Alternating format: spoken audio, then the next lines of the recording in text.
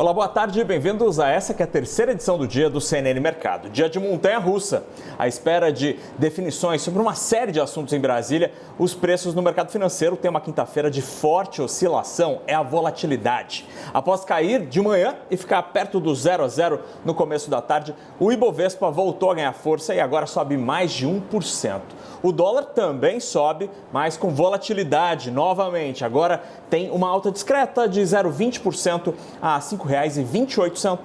No mercado de juros futuros, a maioria dos vencimentos tem queda após os últimos dias de disparada dos prêmios. Esse dia tem sido muito influenciado pela expectativa em torno da lei das estatais. Ontem, as mudanças aprovadas pela Câmara pegaram o investidor de surpresa e as ações, especialmente de estatais, sangraram.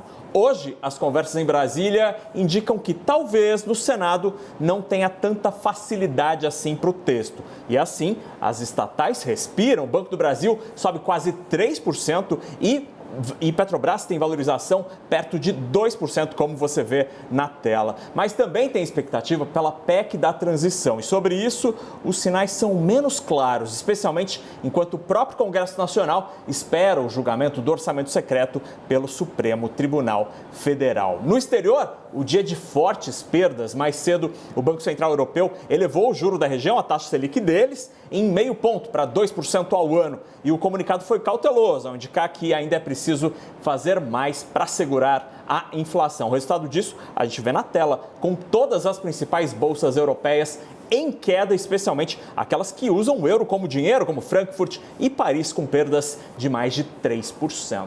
Agora, voltando ao Brasil, mais cedo, em entrevista coletiva da divulgação do relatório trimestral de inflação, o presidente do Banco Central, Roberto Campos Neto, falou sobre a PEC da transição. Segundo ele, o BC trabalha com a projeção de um gasto extra-teto de 130 bilhões de reais no próximo ano. Em relação à PEC, eu acho que é importante pensar em trajetória de dívida. A gente está vendo um componente, mas primeiro não foi aprovada ainda, e segundo, tem outros componentes que precisam ser analisados. A parte de receita vai voltar, a desoneração não vai. Então, o Banco Central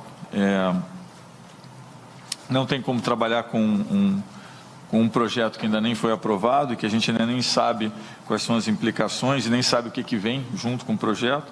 Então, o que a gente faz nas nossas projeções é usar o número do QPC, o que indica 130 bilhões de estouro no teto, acima do teto. E a gente vai usar o que sair do projeto como uma variável, entendendo que não é só a parte de despesa, nós entendemos que virão outras coisas junto com a PEC. Campos Neto também falou sobre a conversa que ele teve com o futuro ministro da Fazenda, Fernando Haddad. Eles conversaram sobre transparência e comunicação, item, aliás, que às vezes ajuda a economia, mas também às vezes atrapalha. Vamos ouvir. Foi uma conversa, inclusive, que eu tive com o ministro Haddad, que a gente, em política monetária, a gente aprende que se a gente comunicar bem, a gente pode fazer menos e ter mais potência, porque a comunicação ela tem esse canal de eficiência. E cada vez mais a gente vê que no fiscal isso também é verdade. Se você comunicar bem o que você está fazendo, de tal forma que os agentes econômicos entendam como vai se dar o processo de convergência da dívida, às vezes você pode gastar um pouquinho mais com menos efeito de credibilidade.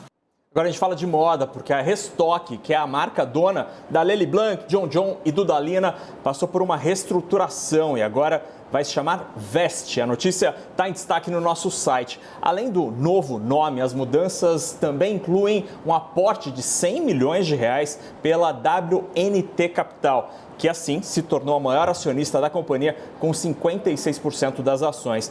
Nos últimos anos, a empresa enfrentou um período turbulento, em que teve inclusive um processo de renegociação da dívida com os credores. Agora, com dinheiro novo, a empresa pretende reformar lojas e investir na área digital. A ação da Lely Blanc agora sobe mais de 10% na B3. E a gente conversou com Marcelo Lima, presidente do Conselho de Administração da companhia. Ele deu detalhes dos planos a partir de agora. Vamos ver.